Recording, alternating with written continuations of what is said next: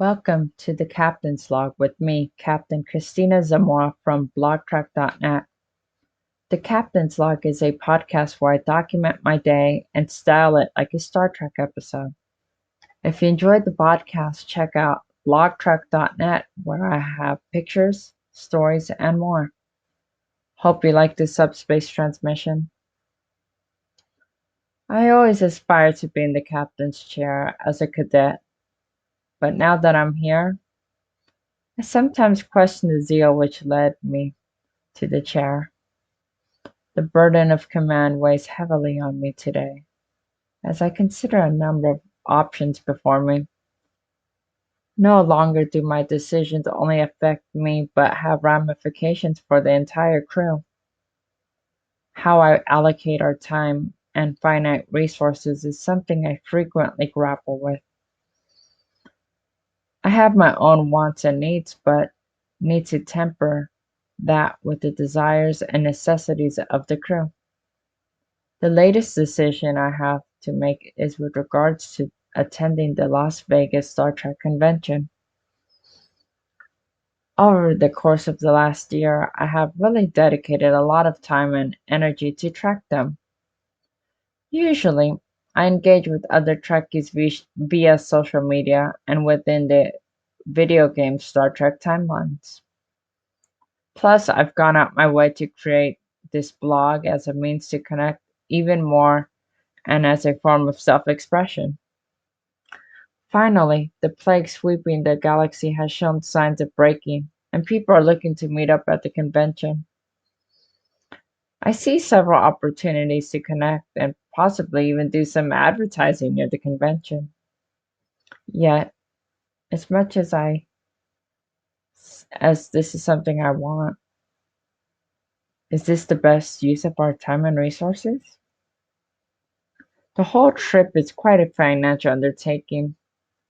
Surviving only on a stipend, I'm unsure it's an endeavor we can afford to undertake. Yet, I can't help but believe that I would be crestfallen if I didn't get to attend. Additionally, the kids aren't into crowds in general, much less a crowded convention dedicated to the show. I don't know if they'd be able to last more than a couple hours. Still, I think they'd love the sights to be seen in Las Vegas itself, and I'd be lonely if I just paid Captain Vanessa, if she'll even do it, to watch the kids while I went alone. Moreover, I must consider if our resources wouldn't be better allocated elsewhere. I'm not sure our shuttlecraft can make a trip that far from Federation space. I'd love to take the ship, an airplane, but the dilithium crystals we need for such a trip are in short supply. For now, I'm in a holding pattern regarding all this. I'm more inclined to chance this, though I do worry about being overly ambitious about this and regretting it later, especially if I commit to it and nothing tangible comes out of it, and the kids end up upset being forced to stand around somewhere looking at stuff they have little interest in.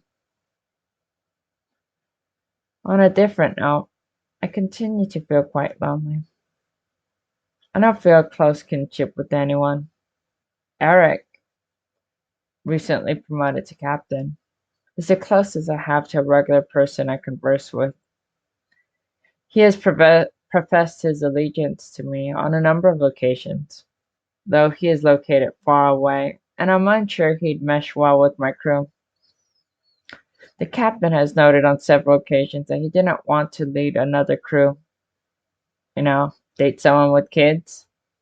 Plus, he's never dated anyone trans and has only had one non-cis encounter. He means well, but he seems more suited for giving orders than in the role of counselor. Former General, now Lieutenant Brandy, the ex-boyfriend, is too unstable in their situation and emotionally. I would have loved for Regent Greg to have been my partner. I think his personality meshes so well with mine, but he has essentially withdrawn interest for various reasons. There's really no one else, even non-love interest, that I feel a connectiveness with. Today, I bawled my eyes out to music. I was thinking of my late wife. I wonder if she's seen everything I've gone through and how I feel, if she'd love me again. I can't imagine her being okay with the trans thing. Even now. I don't know. We fought a lot, and I think our time passed, at least in terms of a relationship. I think we could be friends again, though. If there's an afterlife and I make it to heaven, and she made it, I'm sure she'd be at the front of the line, probably waiting to slap me and give me the sweetest kiss ever. And then there's the weirdness of everything else going on that I haven't even got to in a while. I need a hug. End of transmission.